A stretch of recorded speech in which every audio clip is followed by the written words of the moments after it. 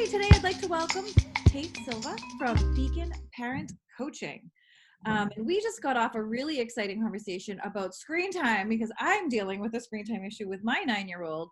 And I have to tell you, this seminar, Caitlin, sounds like it's going to have a ton of valuable gems that you could put right to work. Yes, that's the goal. The goal is to inform everyone with information that will be meaningful for them in their situation, and also resources that they can immediately take home and utilize to help them make the change that they want to see. Yeah, no, we were talking just before we started recording, and I was saying how my 9-year-old gets really upset about getting cut off on Fortnite or video games or the iPad, or even if I lend him my phone for a few minutes.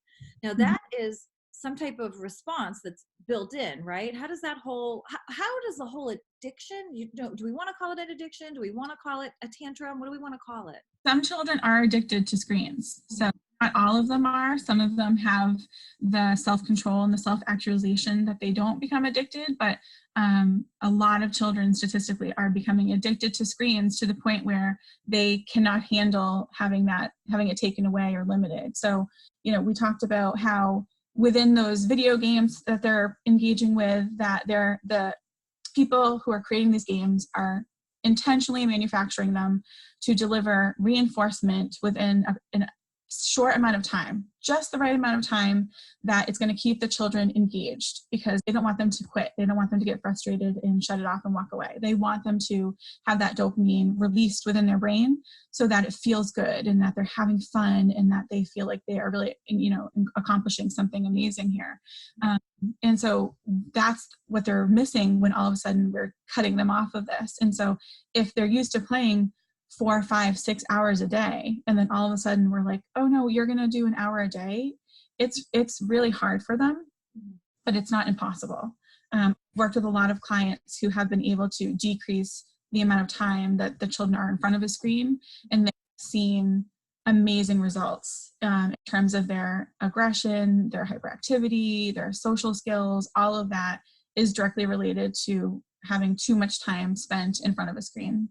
Right. Now, how do you know if your child is either becoming an issue or has an issue with electronics, video games, any type of screen time? Yeah, I think if the majority of time they're on a screen, and it's a 2-dimensional screen, right? So we're not living in a 3-dimensional world. So a lot of people will come to me and they say, I want to work on my child's social skills. They're really having trouble making friends. They're really having trouble problem solving and working in groups in school. And then we'll talk about screens, and they're on a screen for 6, 7 hours a day. They'll come home from school and they're on a screen until bedtime. And, they didn't even necessarily see the correlation there. Mm-hmm. But I think if your child is obsessed with screens and it is taking over their life, then it would be a red flag that they're not balancing here. I've never said to anyone that we need to get rid of screens, we need to get rid of technology. I think some technology and some screens are wonderful. It's a great resource. It's a great learning avenue. It can be a way of communicating with each other, but it has to be done intentionally, and parents have to help their children manage it. They're not mature enough or have the self-control skills necessary to know the boundaries to put into place. Gotcha. What about when kids are like melting down and like, when it comes time to turn it off, you've done your, I think our doctor says less than 2 hours, and, but when you get into the end and they have a tantrum, what do you do then? So I think if you back up a little bit and you think about, we talk about the functional ecology of parenting, and I think it's so important to create an environment in your house that is going to be conducive to those limitations and boundaries that you want to put in place. There are lots of parent control settings that you can put on computers and tablets and iPads. So you can have it shut off at 7 o'clock, no matter what.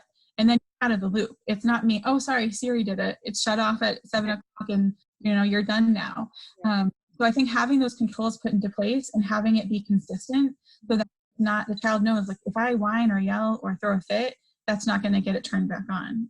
And actually, going into the other workshop that we talked about with logical consequences, I would say if they don't shut it off at that time and they don't let it go and move on, I say a logical consequence would be that tomorrow you have less time on the screen.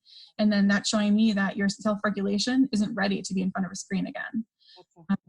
So I think it's important to do that. Another tip is to talk to your children about media and about screen impact. I think a lot of kids are just sick of us saying, screens are bad, get off the screen, go outside and play. You know, they don't know what that means. But when I sat down with my kids and I said to them, look at the research. This isn't mom just being lame. This is actually scientifically proven that the screens are negatively impacting children's brains. It's heightening aggression. It's decreasing social skills. It's making kids hyperactive. It's ruining their attention span. They're having trouble focusing in school and sitting still. So it's not just like this made up information. It's scientifically proven that this is happening. So I think including kids on that conversation, have a family meeting and just talk about it. Here's the trick too, and parents don't always love this part. We have to model appropriate screen use for them too. Right. Yeah, because sometimes it's like we'll be on our phone and we're telling them to get off of their iPad, you know, but we're looking at our social media too. So I think it's really important for us to be leaders and to model appropriate behavior and set those boundaries for them. And when they go to bed, if you want to sit on your phone and look at your social media or go on your computer, you know, that's your decision as an adult with a fully developed brain, but kids can't do that on their own. Right. Makes perfect sense. Well, I'm looking forward to joining you at this seminar. Thank you. I'm excited. Yeah, thank you so much for spending a few minutes, and Sure. we'll see you in a couple weeks. Sounds great. Thank you. Thank you.